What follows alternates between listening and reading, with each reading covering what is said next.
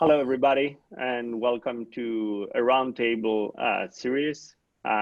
This particular episode, we are inviting machine manufacturers from, I would say, a very diverse background in order to understand how our industry is being affected by this coronavirus and this pandemic. So it's a pleasure to welcome Carlos Brando, who is a partner of Pinhalense and CEO of P&A. Hello, Carlos. Hi, everybody. Mr. Drewry Pearson, the CEO of Beverages. Hello, Drewry. Hi.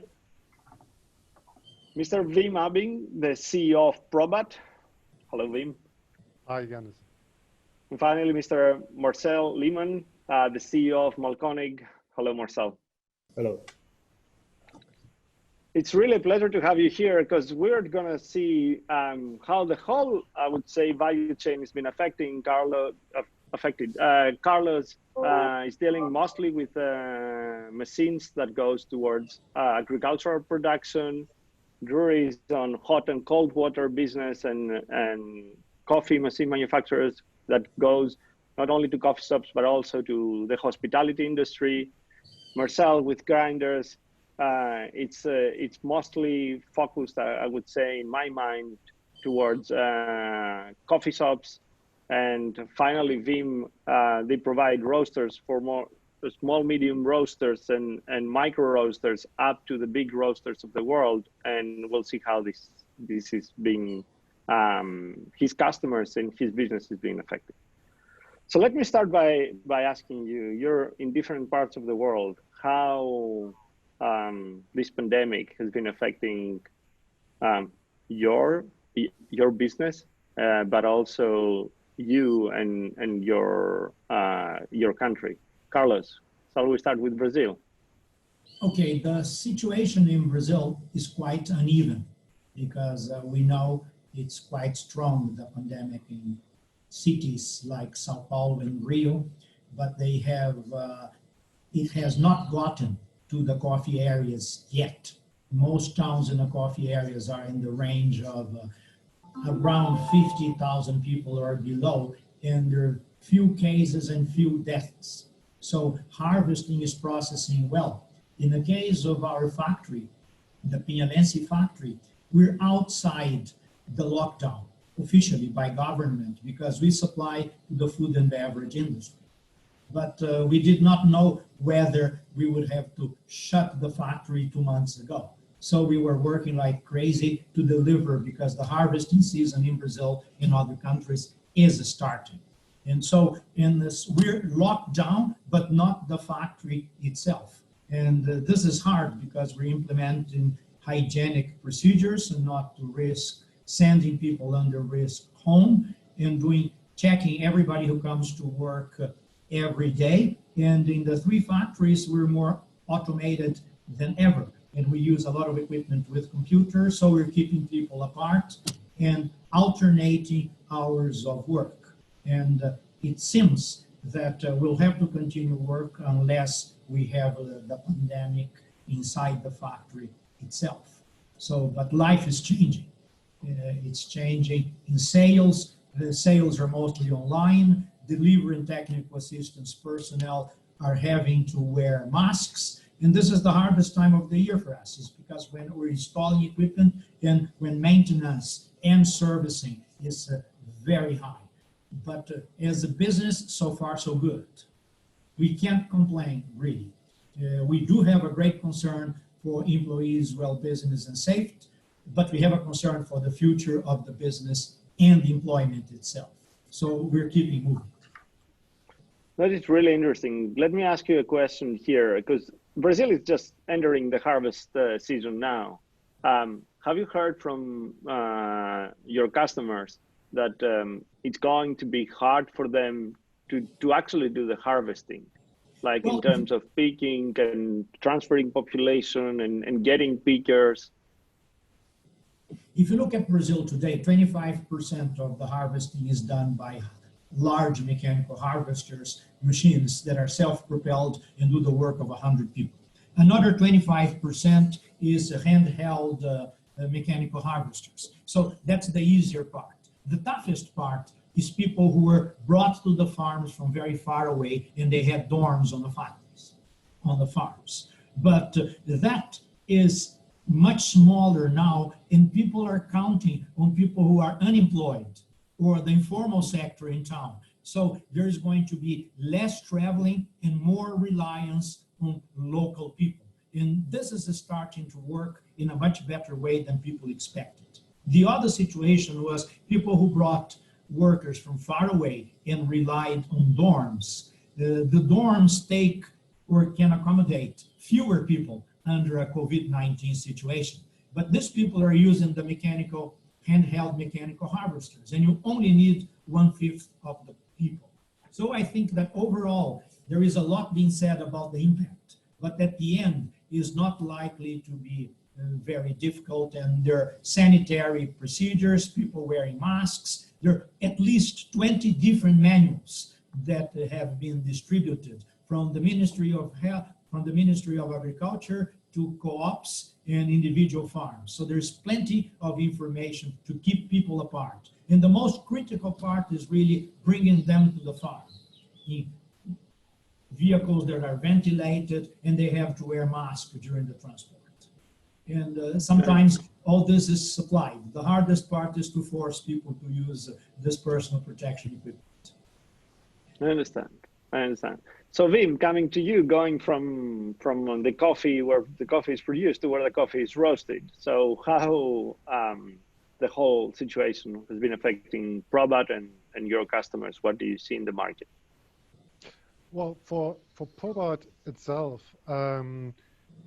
we are like our headquarters in Germany, but we have a couple of places around the world. So we produce in Brazil, we produce in North America and in India, and it's different.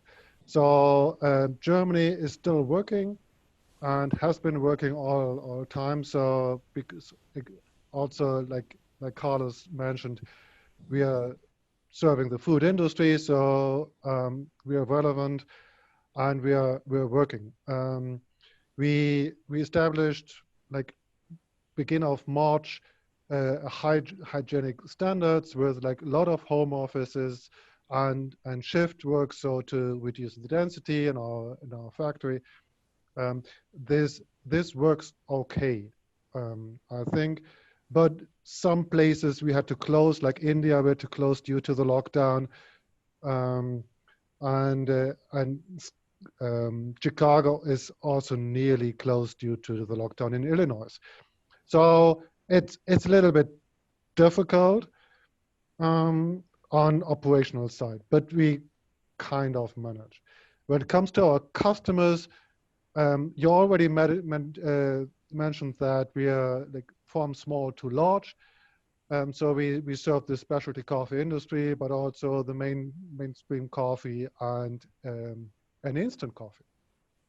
So, and we see very different situation there, like specialty coffee or like smaller roasteries, they struggle a lot. So we see a pretty slow March, slow April, and we expect a slow May in shop roaster sales.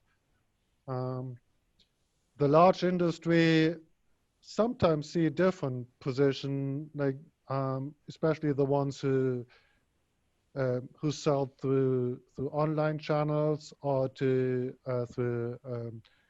retail business.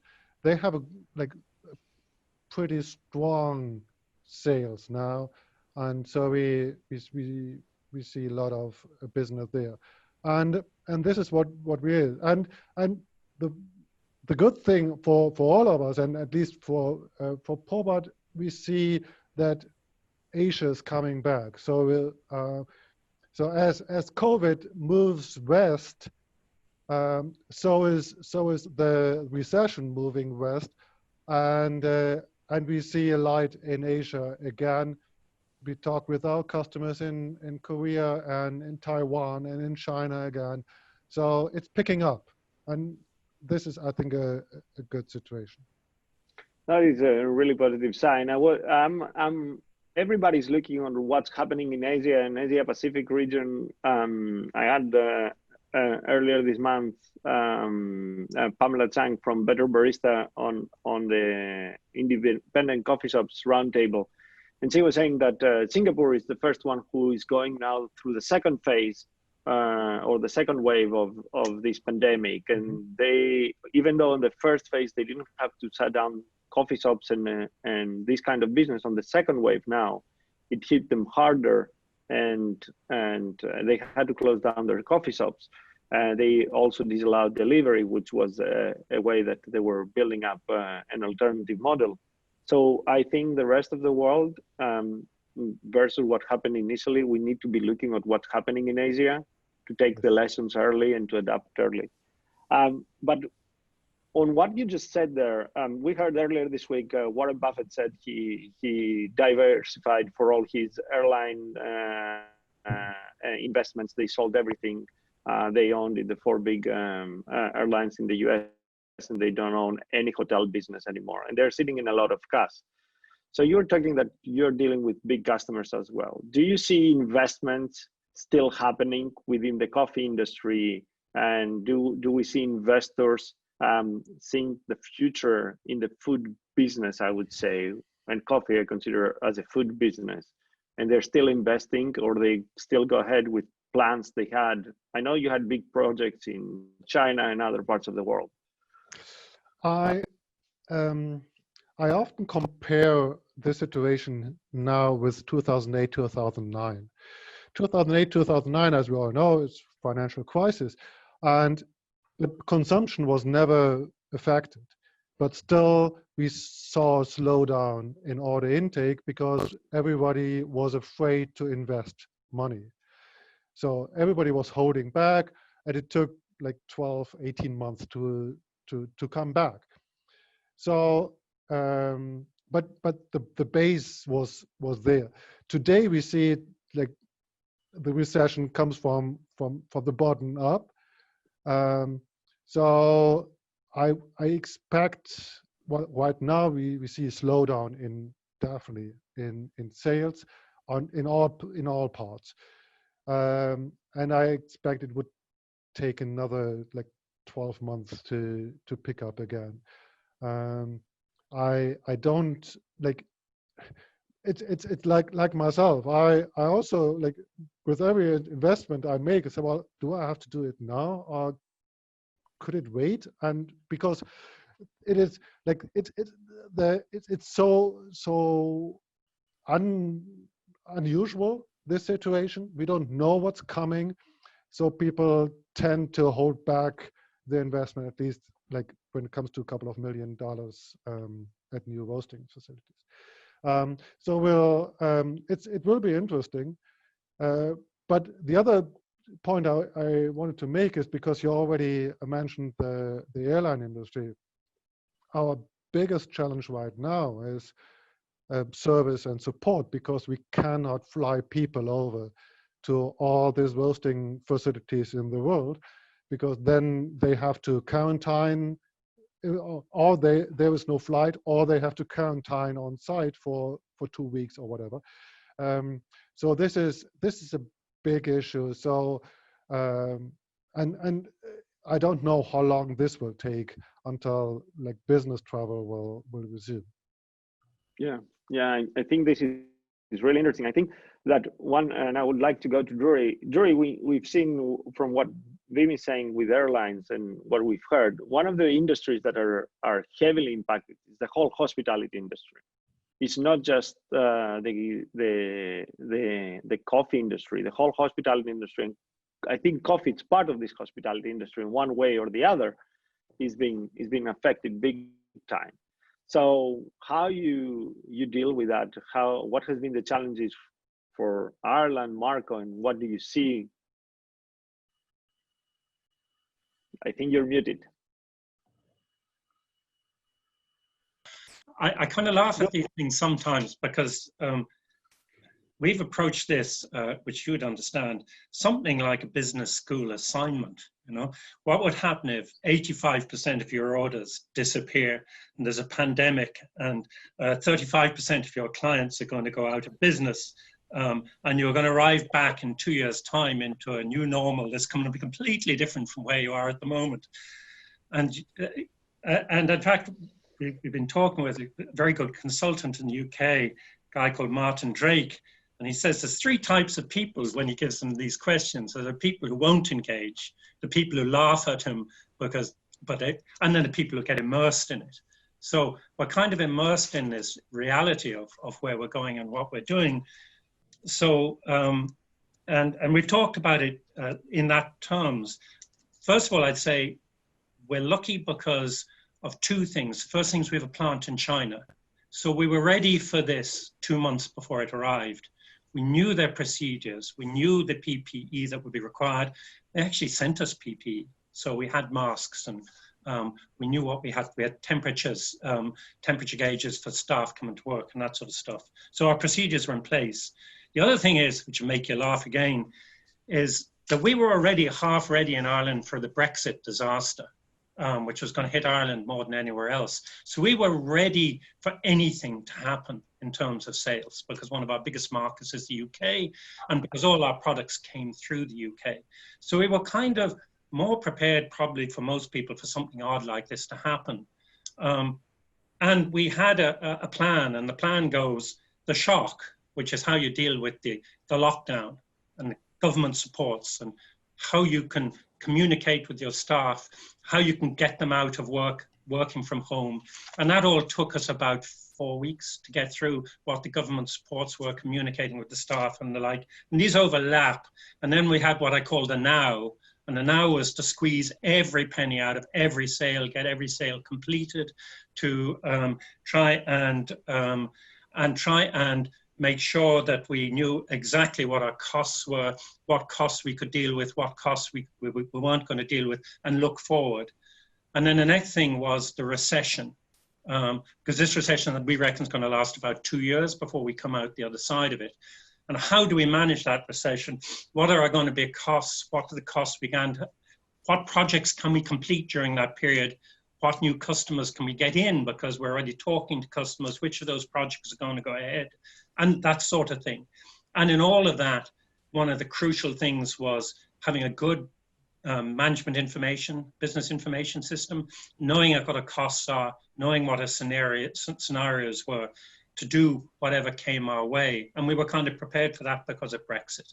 And then the other thing that was important about that is communication with staff, communication with suppliers, communications with customers. And then a lot of that was important because, and maybe Probat was the same, because we had supply chain issues at the beginning of this. So we were communicating already with our suppliers saying, look, this particular part isn't coming out of China, therefore we're going to have to delay for a certain amount of time. And we were going back to our suppliers in China and saying, when can you get us those parts and when can they come through the system? So there was a lot of scenario playing, and communication was absolutely crucial to that. So we have a system whereby all our staff get a communication every day as to what's going to happen about their wages or where we're going on. And we communicate with our customers every week through our sales team throughout the world. And in terms of things like service and support, we have distributors and we have our sales team talking to them once a week and reporting back to us. And we're doing a lot of on-site email and video training to all our distributors around the world as we go through. And kind of all of that came out really out of those two things. There was one other thing which, and we were lucky because we have a good leadership team, I've got to say, because people in Ireland tend to stay in Ireland, which means they don't drift off to other countries. But there were 2 other things I think that were crucial in this. One is this guy, Martin Drake, we were talking to, was saying, and I think this was most important, the people who will be most successful coming through this are the people who, A, focus on operational efficiencies, and they are making sure you get your cash in, making sure you keep your costs right, you cut your costs where you have to cut your costs, but you remain operationally efficient. You keep looking at how you can reduce your costs manufacturing rather than necessarily reducing the workforce. Try and make yourself as efficient as possible. An example I'd give out of that is we've got 15% reductions in prices out of China in the last 3 weeks because they've nobody to sell to. They're desperate to keep the volumes coming through the factories. So we're able to drive that sort of thing through. We're also working very closely with the Irish Catering Equipment Association and through European Federation of Catering Manufacturers to see what is necessary to open the hospitality sector. Because it will be opened over the next 6 to 8 weeks again, but it will be a new normal. So what will be the rules when we open? And those rules will partly come nationally, they'll partly come from the client themselves, and they'll partly come from government. And we've got to try and work out what they are. And what your man Binley Drake has said to us, which fascinates me, is working on scenarios then. And we were trying to work out what he meant by scenarios. And the best way we've done this is we've given all our senior staff and all our salesmen a job of writing a newspaper article where they sit in 3 years' time and they say, how did we get to the point we are now? What has changed? So if you take, for instance, 4 weeks, we got all our staff out to working from home. What will be the difference of working from home in relation to hospitality? So for instance, they will have coffee. Obviously, there'll be more domestic, the domestic machines, but the actual traffic will have reduced. So we would expect maybe less to go in the petrol stations, but we'd expect more. And as we've already seen this in Singapore, for instance, a lot more local coffee shops.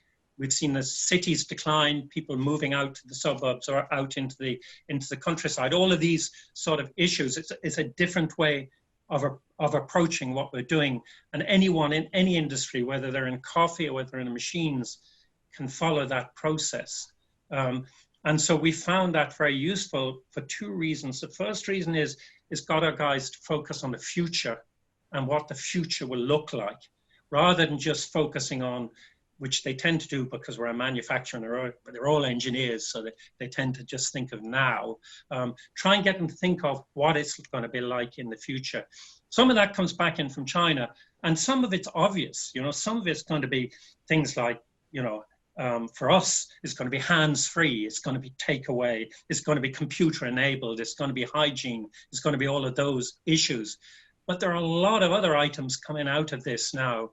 And we can go and we can work in partnership with people. We can work with new ideas. We can get stuff made in China. I mean, one of the items that came out of it was we could use our supply chain guys to actually supply other people in the industry out of China with things that we know exist in China, maybe even PPE equipment, if we want to take that into something to keep our supply chain guys alive and in work.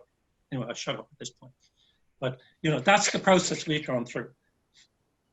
And it's very interesting. So going to you, Marcel, so Drewry is saying that the hospitality industry will open in the next 6 to 8 weeks. But until now, what is your experience and what has been the challenges in what you experience daily from your customers and for your company? Yeah, you know, Yannis, lots of topics which I've mentioned already, I feel quite familiar with. I mean, we as Hemo Group, and you know, we have 4 brands, Mahlkonig, Ditting, Anfim, and Hey Cafe, spread all over the world, of course, faced quite early with our factory in China, in Changzhou, near Shanghai, the pandemic with a total shutdown. First of all, the demand dropped, of course, totally, and then our factory in China shut down. We learned there about hygiene concepts. We learned how to deal with that, how communication flow was. And then with a time when the pandemic swapped over to EMEA, Europe regions, Africa, and now, of course, also to Americas, we realized that, first of all countries, of course, dealt with the problem a little different. We were forced, of course, in Italy to shut down our factory in Milano as well. So we needed to realize that March and April, there was one of our factories completely shut down. And what's the main issue, of course, is when you see our products and our customers, I mean, actually we are structured with two main business units. On one hand, we provide standalone grinders for specialty coffee shops and also for coffee chains. And on the other hand, we produce building grinders and burrs for fully automatic machines like Thermoplan, WMF, Scherer, Milliliter, and so what we realized is that all over the world we had quite different challenges, and that we need to find the bits and pieces all about the world. So learning from China, transferring to Italy, from Italy to Switzerland, to Germany, and in all the time to find a consistent way of how to manage the company and how to have the right information at the right time. And of course, the big issue what we are facing right now is that a lot of coffee shops in the past, which opened last 1.5, 2 years, a lot of struggling quite heavily. So it will be hard for them to survive that pandemic somehow. And of course, most of our customers and coffee shops, first of all, they're not opening a lot right now, so it's time to wait. And as Wim said, I mean, investment behavior is quite limited right now. And as well, I mean, when you run your coffee shop and your specialty coffee shop, you might think right now, do I need to invest in new equipment, or can I maintain the older one? It's of course a limited demand right now, and that of course is for a company always a big challenge. I mean, even when you got your supply in shape and you manage somehow with daily reports that you have a good overview where you might face issues and what to say. When the demand side is weakened, of course, then the whole company is affected, and then you might want to think, of course, okay, what in addition are revenue streams you want to generate? And we are in that phase right now, where of course we think we have a strong product portfolio where we innovate quite a lot, but a situation like this was, yeah, you couldn't foreseen it, and right now, of course, you manage it. And all about the world right now, we face similar issues, and even when Asia is coming back right now, so we see that, for example, Korea or the Korean market is coming back quite strongly, Japanese market, Chinese market, it's quite interesting and a good job what's done in Asia right now. Still, of course, like a company for us where you play on the whole globe and there's only one region which is powering, you suffer from the other regions. So we are looking forward that lockdowns which we face right now in Europe and also in America, that they will come back to normalization, and that of course then the maybe new investments will happen and new coffee shops will open up, and that we see a track back to normalization, of course. So it's really interesting. So Drewry said before about, our consultant was talking about scenarios. Let me tell you about a bit of facts here. So we are talking at this moment about a healthcare crisis which forced the economy to shut down. But the truth is that we're going into a very heavy recession, because if we lift the healthcare, if we manage to get away from that healthcare, or we find a very disruptive solution, and it might be, I would say, some kind of treatment for COVID that would be very easy to access and it's globally available, or we get a vaccine, we remove the healthcare factor of this equation, and we will remain on the recession factor, which is a reality. The economy has stopped. Central governments, central banks are trying to put money into the economy to get it started again. Everybody's talking if it's going to be a V-shaped recovery or an L-shaped recovery. And as Drewry was talking about scenarios, in 2015, I've lived something that most of you haven't been through. I was in Greece, and yes, we did have a 10% collapse of the GDP. We did have unemployment skyrocketing on 30%, and we had banks closed, which was a very interesting scenario to deal with. But during this crisis, the interesting thing was that coffee and the coffee industry grew.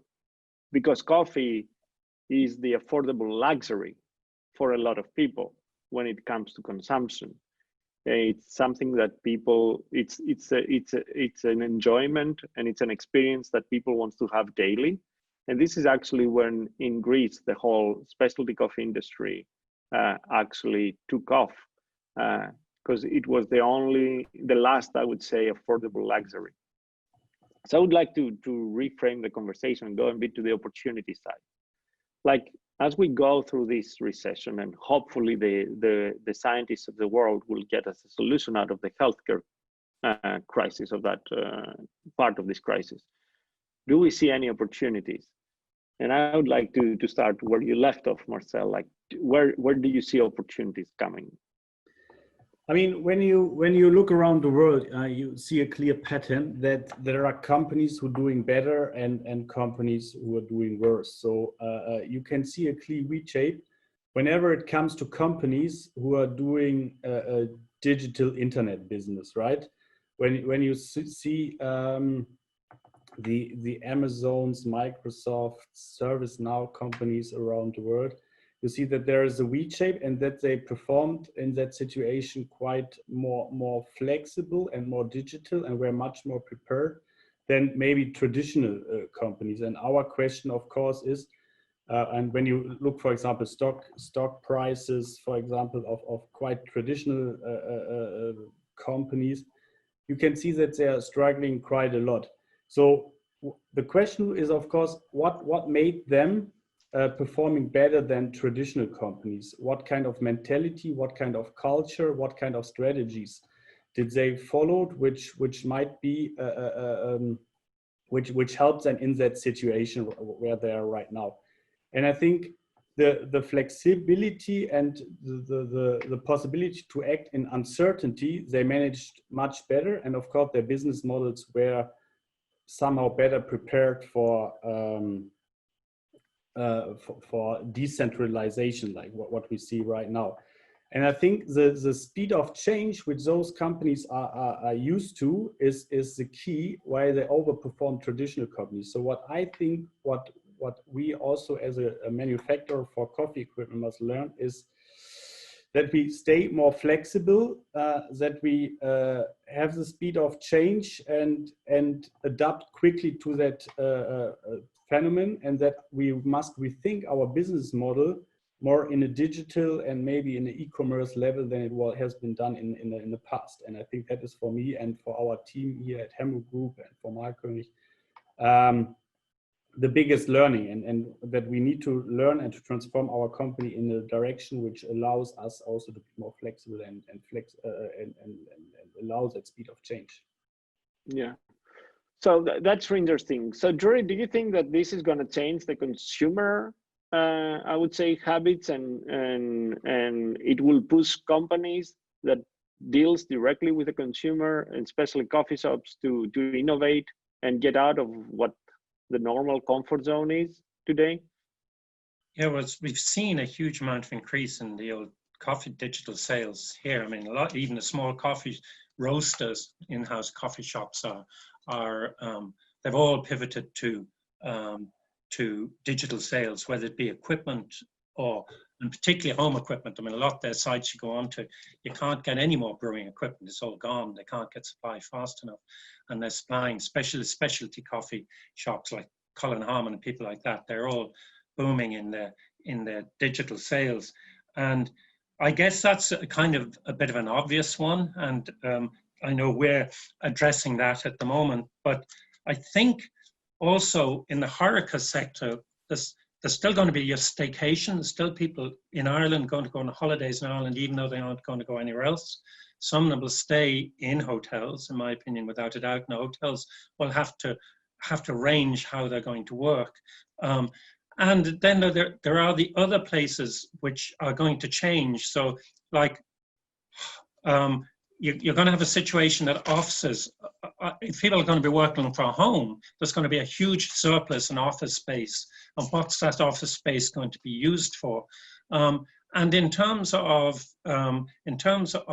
coffee, I see a lot more to-go coffee. I see a lot more local coffee shops, and that's what fascinated me. A guy in Singapore saying that the center of the city was empty, but the local coffee shops are all crowded.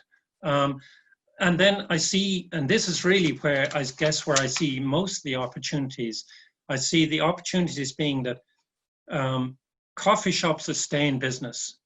And, you know, unfortunately, probably there'll be a lot of consolidation. So you're going to see the big groups like the Costas here and the Starbucks and those sort of people investing in new working procedures which are going to deliver hygiene.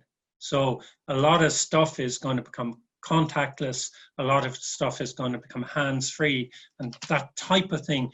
And they're going to invest heavily in that, because if they're going to get their shops open and they're going to get people to come and use their coffee shops, and they're going to be the safe coffee shops, they're the ones who have the money, and they're going to have the money to invest, and they're going to be able to get customers to come because they're not going to be safe in those shops. And I think there's going to be a heavy amount of investment in that sort of thing. And the sort of thing I'm talking about is you could go into a Starbucks and you want a filtered coffee, that you go up to the urn, just tap your phone off it like you do in WeChat, and you walk straight out with your cup of coffee, your Keep cup. And that urn, for instance, measures the amount of coffee it's put into the Keep cup, and you get charged per ounce of coffee or per fluid liter of coffee, because that way you don't have to touch anyone in the shop. You can go in with your mask on, put your own cup, which you know is clean, underneath the machine. The coffee comes out and you walk out of the place without having to say hello to anyone. And those are the sort of solutions that people are going to be looking for, in my opinion. And those are the shops people are going to go to. So people who can invest in that sort of equipment will be falling over themselves to do it. First people in the market will make the money.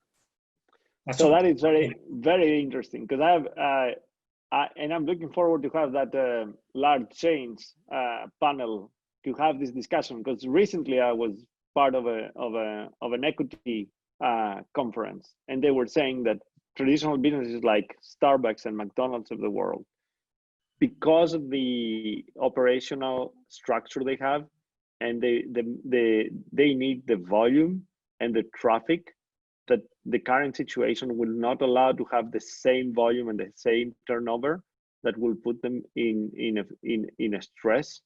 And there were speculations that will be the businesses more hard to recover.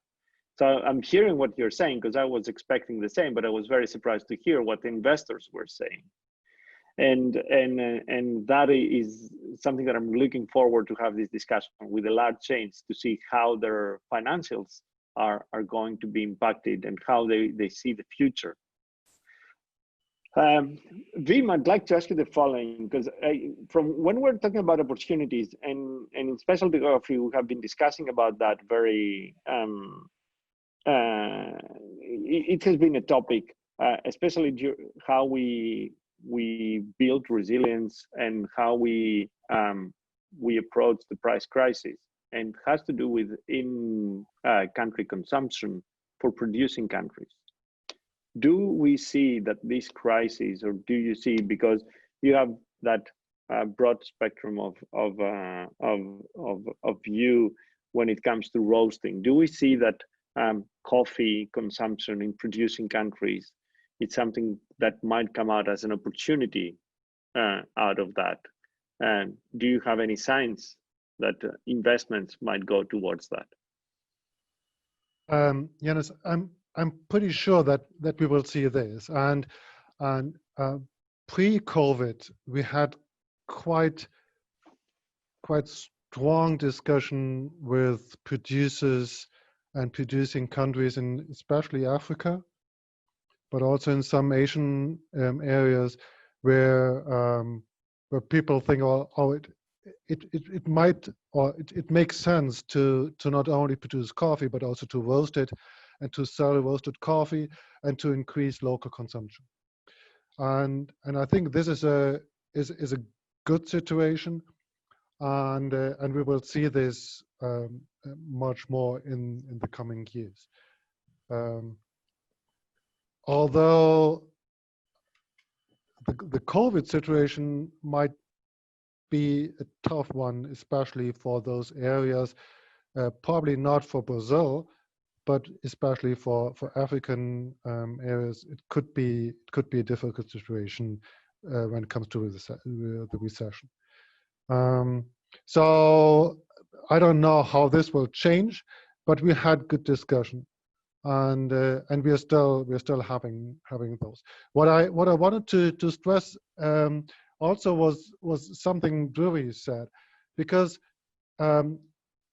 we see here, like with our own employees, the discussion between the ones who think, well, this all pandemic thing I don't care about, and on the other hand, we have people who say, well, I'm really stressed because I fear of my personal life, and so the hygienic standard of doing business, I think will raise after this.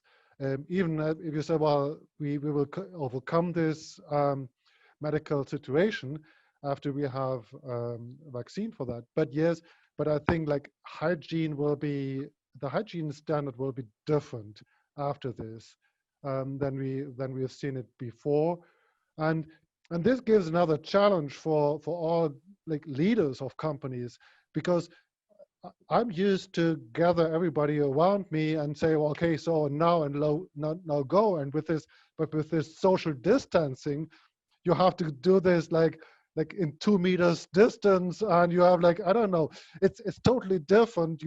It's a totally different matter of communicating with your people and with your customers. So this will bring a total difference in all our business, I guess.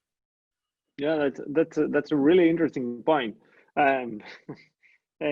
So that changes a bit the conversation. It puts like the personal perspective there. And Carlos, I would like to go to you, because it's not about the opportunities that we see. How you have been dealing with that as a leader and as a leader on this crisis, where people are expecting you to give answers and are trying to communicate with you and are trying to get the best out there. We are, Yannis, the second largest employer in town. So a lot is expected from us. So we have got involved with the local hospital, with the crisis management group, and in the small coffee towns, in all producing areas. There is a lot of people who are back home who are either belong to the informal sector or they were part-time employed. So they're back home and they have no income, even though government's helping. So we're having to get involved to raise money, food supplies for these people, and we're having a strong role in that. And interestingly enough, to get the money and to get the food is the easier part. The hardest part is how to allocate it to the people who really need it. Because you sort of know from normal times the people who are needy, but these are different. And you only have a 1 or 2 month history. How do you do to supply to them? So there is a lot of community work to provide not employment, because they're isolated, socially distanced, but it's really food or money. And at the end of the day, the coffee harvesting, in a specific case of Brazil, may be a solution for these people who in the past probably were harvesting coffee, but they're locked at home right now, and they may perhaps go to the farm. So a lot is expected from industry, especially if you're a large industry in a small town. But it's not an easy process to allocate the money. And you have really to discuss very carefully to do it in a fair way. And there are other than the community challenges, there are the industry challenges, because our employers want to know what's the future going to look like. And the mayor also, because we have a big impact in town. It's 3 factories in 3 different locations. And our life is more complicated than the average Brazilian company because we supply to 100 countries. And most of these countries are producing countries that have a lower income and are likely to be the ones who are going to suffer the most from the crisis. So we'll really have, as a company, to think out of the box of how we're going to go on creating market for our products. And that's the role of the leader somehow. And I want to pick up on what you said before of the domestic consumption in producing countries. We're currently working with Prome Café in Central America, and the ICO has a project in Africa. Like one of the key business for us lately was specialty coffee, because we were doing a lot of micro lot milling equipment. And just for people to understand, we go all the way from the mechanical harvesters to pulping and washing equipment, to dryers, to large mills to export coffee. And so we were growing very fast on micro lots for the specialty coffee. And that's one of the sectors that's going to suffer the most. So thinking out of the box, what we're thinking, can't we supply that micro lot milling equipment to local companies to supply to the local market? Also, because we're going to see prices falling. Everybody's talking prices, consumption is likely to fall. In the short run, supply is not likely to fall. So prices are likely to go down. And one way for the grower to add value faster is to sell in his or her own market. So there may be a market for micro milling equipment. Instead of supplying to the US, to Europe, to Asia, they will supply to their local markets now. And in the short run, they'll be preparing themselves for the recovery of the specialty coffee sector because it's the same type of equipment. So I think more and more we'll have to think out of the box. The other trouble we have is everybody's saying, oh, so easy, now we go online and we sell online and that's the future. Not so easy, because a lot of our clients are farmers, and farmers do have a cell phone, but they don't have connection on the farm. So to have the cell phone is one thing. To have the connection, I would say that under 20% of the farmers around the world can connect online from their property. So we have to, again, to innovate, because we cannot have lives or webinars for them because they can't access. But when they go to town, they can download the short material and then listen to it at home. So we have to think how this is going to change. And oddly enough, a lot of the manuals about how to face the COVID-19 pandemic in the countryside in Brazil, the media that's being used is radio. And one would never think of that nowadays, but it's the one that really gets to the farmer today. And you can have short messages. So it's a different world. We have to rethink products. We have to rethink how to sell products, because products to farmers are usually sold with few days equipment demonstration. Now we need to rely more on videos, more on calls, and short materials that they can download in town and then listen to at home. And so it's the challenges are big for you as a local leader who supplies a lot of employment, and one has to think how to keep it in the future. That's true. That's really true. So Marcel, you have factories all over the world, and I guess that you were kind of used on managing remote teams. But how does this crisis has affected you personally in trying to manage an organization like this? It's a good question. I mean, first of all, Hemro Group as an international company, we are happy we had a strong international leadership team already from China to Europe, also in America. So, I mean, at the end, it's only the team who can survive in that time. And I'm happy that we have a strong team, who is taking a lot of responsibility in that time. But I mean, when I planned, for example, this year, 2020, April, May, I was supposed to be in Portland. I was supposed to be in Australia, China, Korea, and Warsaw, and a lot of shows meet, first of all, our employees, meet our customers, even meet suppliers. And I mean, all this part is missing in 2020 for sure. I mean, maybe we will have a different second half of the year, but most likely, I mean, traveling in that year is much less. So, I mean, all this personal relationship, it's somehow missing, honestly speaking. And of course, you can cover it with having Zooms, sitting together like we do right now, having calls, asking about if any support is needed.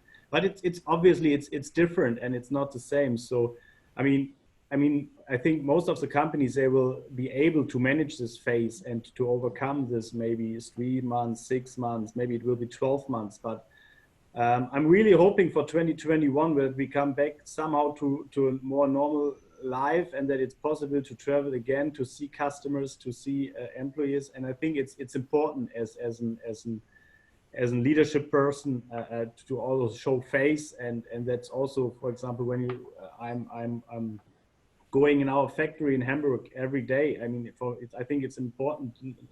Also, of course, home office is a good tool to use also, but to show at least face, to talk to the people, and to show you're one of the team, you're supporting wherever you can, and I think that is what we need to continue, and also my colleagues in Switzerland and in China and in America, showing face every day when it's possible. I think that is important, and I hope we can show face quite recently again to customers and to coffee shop owners, and to speak about grinding innovations instead of health crisis. Huh? Yeah, makes sense. But that gives me a very nice question to Drewry, because Drewry, I know he has been a big traveler for many, many years. So Drewry, you're staying home now. I think time with the family, it's viable, and you're reducing your carbon footprint, as all of us. How does that feel? Does it make that? Will we take anything out of that for the future when you're talking about efficiencies? Will it help in efficiencies for the future? I know that the face-to-face interaction, as Marcel was saying, it's something priceless, but because we are humans and we want to socialize, but will we take something good out of that? Oh, I don't think you'll take anything good out of it. No, because I mean, I don't know what I love about this business, and why I've taken to it, because we have various other businesses within the group. Why I like it is because it's a people-to-people business. I love meeting the people. It's not just doing the business. It's actually meeting the people in the different countries, seeing what they do, how they do it, whether they're interested in tea or whether they're interested in coffee, whether they're coffee houses, hotels, restaurants, and meeting them, seeing the cultures. And from that, you get the ideas how to develop the business, where the opportunities are. And while you can have, and we do have a sort of an international sales team, and they're really good, I've got to say, and they bring back the opportunities. They don't necessarily see the opportunities the same way as I would. Because to be honest, I don't go to sell, I just go to meet. And it's that meeting which builds those friendships and those relationships. And it's from those, and it's why because you'll know, for instance, Garrett Buckley, who runs the World of Coffee, is based in Ireland, and I talk to him a lot because he organized our local show and a lot of other local shows. And those local shows, they're really about people meeting one another, and how can that, so Portland, I don't go to Portland really to see what Mahlkonig have or what Probat have. I go to meet the guys to find out how the business is in Germany, whether the specialty coffee is growing or it isn't growing, where it's growing, what are the trends. That's what I go for. And those are as much conversations you have over a glass of wine in the evening as you do have, and you get them as much from the other manufacturers as you actually get them from the clients. And it's that meshing and international network. And actually, they're great people on top of that. You know, you hear all the scandal and all the fun that goes with it.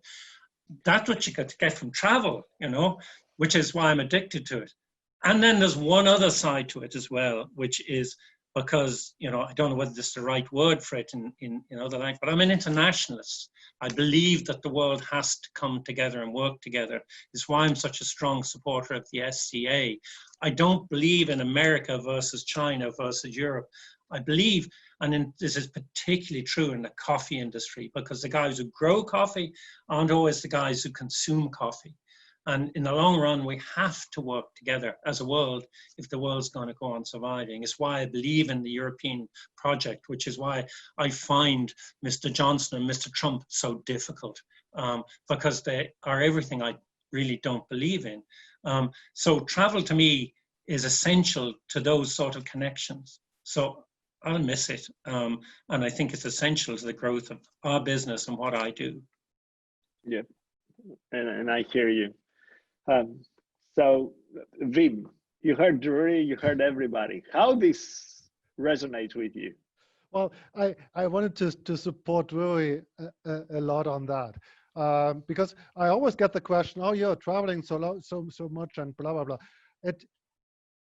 I think, like, in our industry, yes, it's a people business. It's like you meet, you talk, and I'm not selling roasters.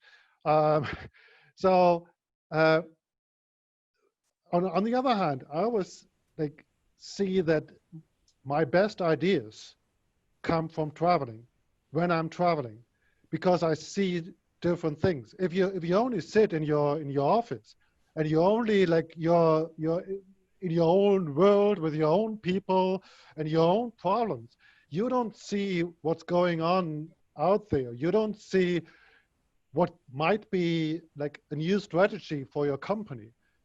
This you only see if you broaden your horizon and you go out. And this makes the situation we are right now in so difficult, because you're so limited to your own surrounding, and you have to break out, actually, like you really have to try to break out of your own situation to see what's needed for the business in next year's and I don't know what time. And I always like come back to, okay, this company, like, we are more than 150 years old. We survived 2 wars and all of that. So there is another, like, there's the future for that, and we will.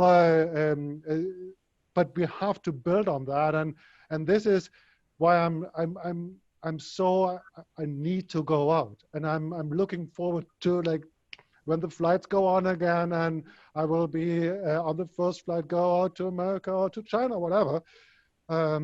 Because this you really need in our global community, and the coffee is a global community.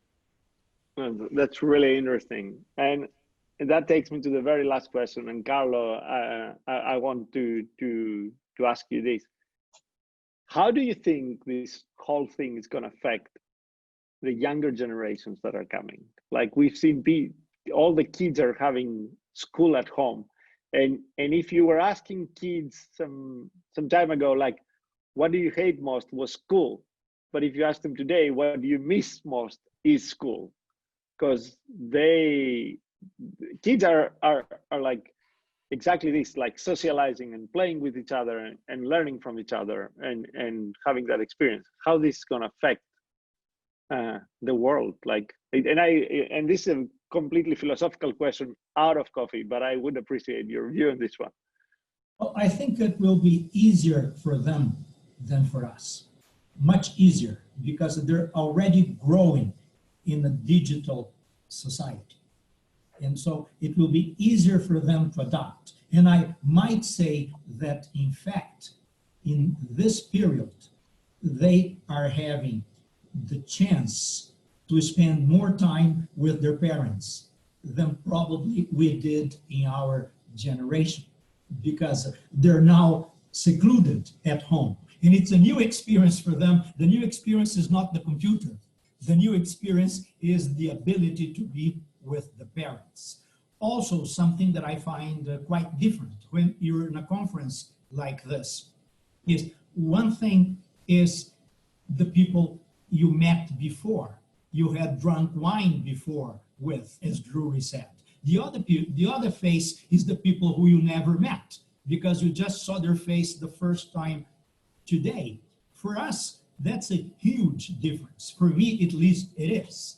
For them, not necessarily, because they already have this wide spectrum of friends that they made digitally and who they've never met. So I think, in a sense, they're much better designed for this world that's going to come than we are. We will have to adapt. And we're here all somehow complaining about what we did in the past and we can no longer do in the future, perhaps, if we're going to have to wear masks, if we can't travel all the time. It's all big questions now. For them, it's a world to develop. And I see this quickly because I tend to speak around the world in producing countries. And you go to some producing countries and the average age of the grower you're talking to is over 50, sometimes 60. And you see the reactions, the new ideas that come, and you compare there when you speak to a group in a more dynamic producing countries where the average age is 30 or 35. It's a totally different discourse. And so when we look at this crisis, I'm sure that my children and my grandchildren, especially their grandchildren, will look at it with a much opener view than we are able to do, because they have less from the past to change the way they will behave. And I think some of us had experiences in the 2008 crisis or in our countries in crisis before. And I think that when we were younger, we had a wider view to deal with it. Even though now that we're older, we have experience and we have seen it before. So it's different set of skills that people use. But overall, I think the youngsters will be better off to adopt than we are. They'll suffer less, let's put it this way. And out of this positive note, I would like to thank you all for being here today. I hope you enjoyed it as much as I did. And I hope that you're all staying healthy and strong. Thank you very much. Thank you. Thank you. Dennis. Thanks. Bye. Bye. Thank you so much. Bye-bye.